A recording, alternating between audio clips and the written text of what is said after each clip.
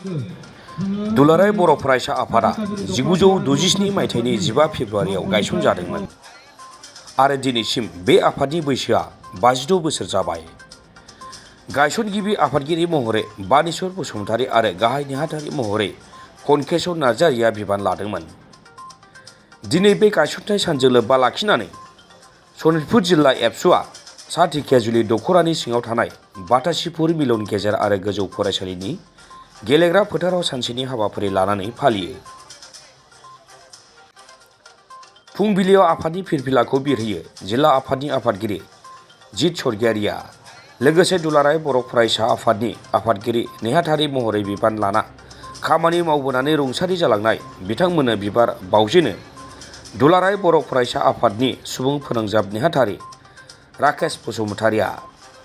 लोगोसेयैनो मुंख्लंफोरनो बिबार बावजेनो सा ढेकियाजुलि गुदि बर' थुनलाइ आफादनि आफादगिरि शरत बसुमतारीया। दिनै सनितपुर जिल्ला दुलाराय बर' फरायसा आफादा मिरुनि बिथोन बायदियै नैबे बातासिपुर मिलन गेजेर आरो गोजौ फरायसालिनि गेवलां गेलेग्रा फोथाराव दुलाराय बर' फरायसा आफादनि 52थि जे जोनोम सान एबा गायसननाय सान बेखौ दिनै फालिदों। बे फालिनाय हाबाफारियावनो मिरुनि जानानै आङो बाहागो लानो मोननानै जोबोद गोजोननाय मोन्दों। मानो होनोब्ला दिनै दुलाराय बर' फरायसा आफादा जोनोम जानायनि उनाव दिनै 52 बोसोर दिनै आबुं जाबाय।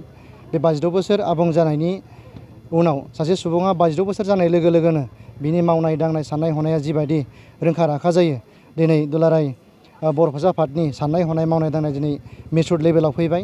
दिनै बे आफादा मोनसे माहारियारि आफाद हिसाबै दिनै गायसननो हाबाय। बे आफादा दिनै बर' माहारिनि सिनस्रि आफाद हिसाबै दिनै गायसननो हाबाय। दा बेनिखायनो बे सिनस्रि आफादनि बे माहारियारि आफादनि सासे मावथि हिसाबै दिनै जोनोम सानखौ एबा गायसननाय सानखौ फालिनायाव बाहागो लानो मोननानै आं जोबोद गोजोननाय मोन्दों। फैबाय थानाय समाव गासै बर' माहारिखौ आं खावलायनो लुबैदों जाहाथे दुलाराय बर' फरायसा आफादनि जिबायदि खामानि जिबायदि मिशन, बै मिशनाव बाहागो लानानै गेरेमसा बर' माहारि दानायाव जाहाथे साफ्रोमबो बाहागो लायो बेखौ आङो खावलायनानै आङो साबायखर बावनाय जाबाय। बर' फरायसा आफादा दाख्लै जि 52थि बोसोरसालिया जथुम्मा बेवहाय माखासे थांखि लादों। बे थांखिया बेनो जाखिनि आद्रा दङ, आद्रा थानाय जि थांखि बेखौ मावफुंनो थाखाय थांखि लादों। थांखि हिसाबै गोबां दङ, जेरै बिटा रेकर्ड मावफुंनाय, जोंहा मिशन स्किल एन्ड क्वालिफिकेसन दङ, बे मोनसे हाबाफारि दङ। जेरै बड'फा मिशन सार्टिफिकेट सेन्स बे हाबाफारिया सोलिगासिनो दङ। आरो बेजों लोगोसे बे बड'फा मिशननिनो मोनसे हाबाफारि बायदियै गोबां हाबाफारि दङ। जेरै उन्दै बैसो हाबा जानाय बेखौ होबथानाय, समाजाव जौ जुवा ड्राग्स जानाय बेखौ होबथानाय, गोबां बिदिनो हाबाफारि दङ। बै हाबाफारिफोरखौ दुलाराय बर' फरायसा आफादनि मानगोनां आफादगिरि बिथाङा मैया फोसावदों। दा बिथांनि फोसावनाय बायदियैनो फैबाय थानाय समाव जों साफ्रोमबो बिबानगिरि बिथांमोना जों जानजि खाफ्राबाय। दिनैनिफ्राय जों फिन गोख्रों मोनसे थांखि लानानै जेसेबां मिशन दं बै मिशनखौ साक्सेस हिसाबै जों मावफुंनाय जों आगान सुरबाय।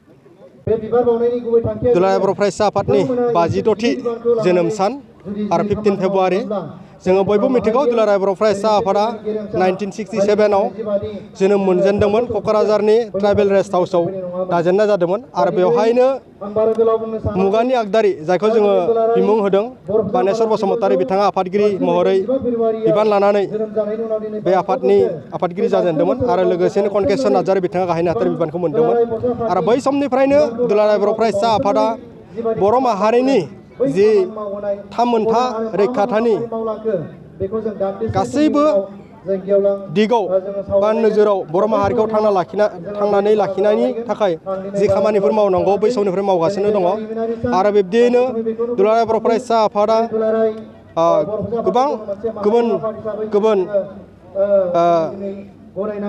गभर्नमेन्टनि जे नारसिननायाव जोङो एसे सिलिंखार जानांगौ बायदि जादोंमोन आरो बै समाव दुलाराय बर' फरायसा आफादा बर' माहारिखौ जुदि बे बुहुमाव फोथांनानै लाखिनांगौब्ला बेखौ नोजोर होनानै उपेन्द्रनाथ ब्रह्मनि दैदेननायाव बिथाङा बर' माहारिखौ जुदि बेहाय फोथांना लाखिनांगोनब्ला बड'लेण्डनि मुभमेन्टखौ बिथांनि जागायनाय जेनदों जादोंमोन। आरो बिब्दियैनो बर' माहारिया दिनै मोनथाम एकर्ड खालामबाय। 1993आव BSC एकर्ड जादों आरो बै BSC एकर्डआव जोङो सनितपुर जिल्ला हिसाबै जोङो बै BSC एकर्डआव जोंनि गामिफ्रा थाफानो हायाखै बा लाफा जायाखै आरो फैनानै 2003आवनो मोनसे BTC एकर्ड जालांबाय आरो बेयो बेल्टिजों जादोंमोन आरो बेयावबो दुखुनांथाव बाथ्रा जोङो सनितपुर जिल्ला हिसाबै जोङो थालांनो गोनां जादों दा फैनानै दुलाराय बर' फरायसा आफादा फिन जे महात्मा गान्धीनि आदर्शखौ लानानै